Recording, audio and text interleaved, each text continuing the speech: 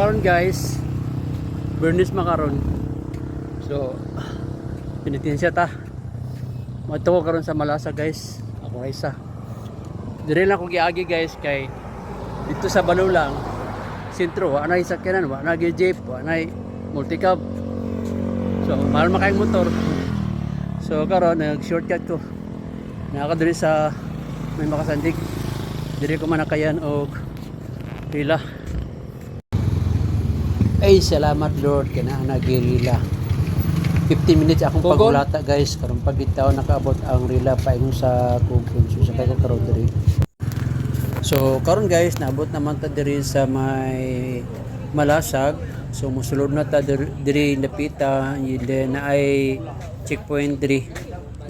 Ay mo check diri nga mga pulis sa entrance pasulod dito sa Malasag. So safety ta karon diri guys kay naay mga pulis. So karon guys nagpalit ta og kandila 15 ni kabuok kay 15 na ka station ang ato ang ampuan karon. So dagko ta ka 50 kabuok nga station.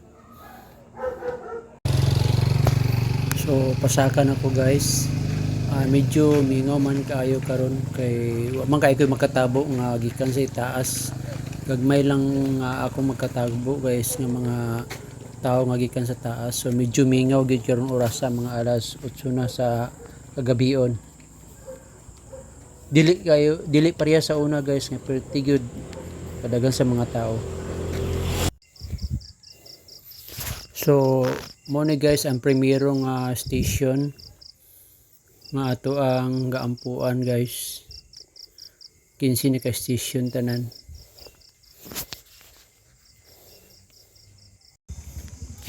Bitaw guys no ikumpara na ako atong last year perti kay kadagan sa mga tao karon mingaw gid kaayo.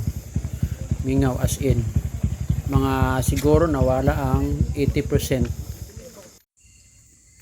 So usa ni ka hulagway sa ato ang Ginoo guys nga ako ang gipictura na lang.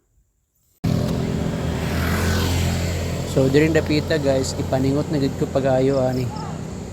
Kay murag something kini ang subida man gud diri naa sa mga 60 degrees murag ana. Ingana siya katuktok ang subida diri dapita sa Malasag. Muna ko mo siya ka diri hangak gyud.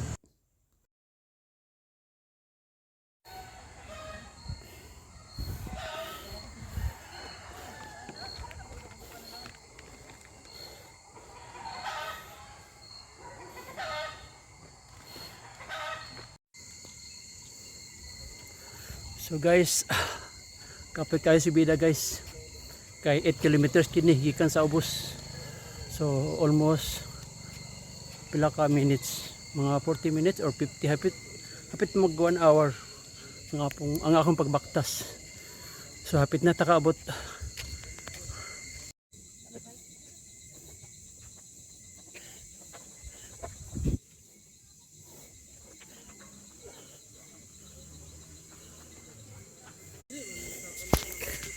So gamay lang gid yung mga tao ako makangatabo nga pakanaog na sila guys. Dili gid pareha sa una nga pertigid kadaghan.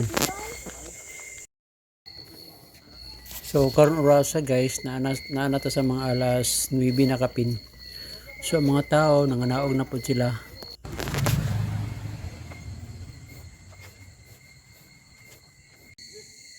So doon na gid kay ta guys kay naa naman ta sa ika-12 nga station. Actually 15 station siya gamay nila ang kulang para makabot na ta.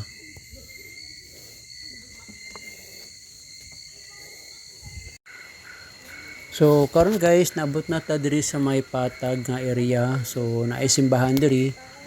Mao na ika-14 nato nga dagkutan karon. So dili na pud ta magampo guys. Mga gitag pasaylo sa ato ang Ginoo nga nagpakamatay lang gid siya guys para nga maluwas niya ang ato ang mga kasalanan, di ba? So kinahanglan na guys magyutbo kita sa iya.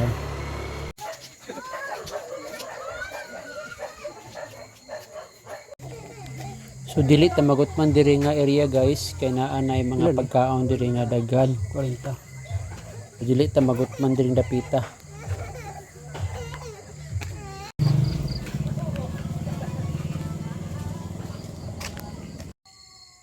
So mao ni guys ang ato ang pinaka last nato nga station diri na sa may sulod.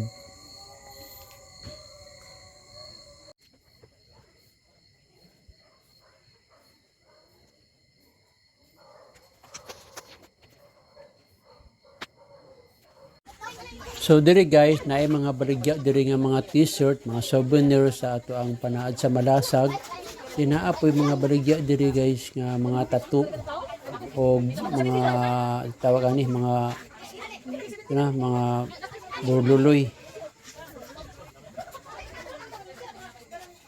So muna siya guys, so mga tattoo na temporary na permanent.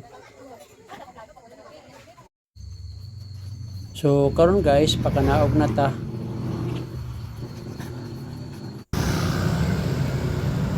So karon guys, nakanaog na ta.